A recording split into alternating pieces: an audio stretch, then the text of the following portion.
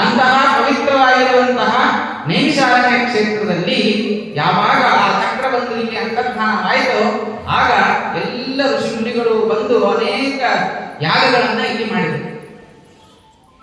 ಸೂತರು ಕೂಡ ಇಲ್ಲಿ ಬಂದು ಸತ್ರಯಾಗವನ್ನು ಮಾಡಿದರು.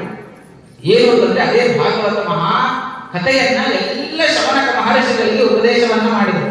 ಕೇವಲ ಭಾಗವತವನ್ನಷ್ಟೇ ಅಲ್ಲ, 18 ಪುರಾಣಗಳನ್ನ ಉಪದೇಶ ಮಾಡಿರುವಂತಹ ಶೌನಕರಿಗೆ ಉಪದೇಶ ಮಾಡಿರುವಂತಹ ಪರಮ ಪವಿತ್ರ ಕ್ಷೇತ್ರ ಅಂದ್ರೆ ಅದು ನೈಮಿಷಾರಣ್ಯ ಕ್ಷೇತ್ರ. ಇಂತಹ ನೈಮಿಷಾರಣ್ಯ ಕ್ಷೇತ್ರದಲ್ಲಿ ಭಾಗವತದ ಕೇವಲ ಭಾಗವತ ಅನ್ನುವಂತಹ ಶಬ್ದವನ್ನು ನಾವು ಭಕ್ತಿಯಿಂದ ಭಜಿಸಿದರೆ ಸಾಕು, ನಮಗೆ ಎಲ್ಲವೂ ಕೂಡ ದೊರೆಯುತ್ತೆ. ಭಕಾರೋ ಭಕ್ತಿರುದ್ದಿಷ್ಟ, ದಕಾರೋ ಜ್ಞಾನಮಾಪ್ನುಯಾತ್, ವಕಾರಸ್ಯ ತು ವೈರಾಗ್ಯಂ, ತಕಾರಂ ತತ್ವಮೀದೃಶಂ ಅಂತ ಹೇಳ್ತಾರೆ ಶಾಸ್ತ್ರದಲ್ಲಿ.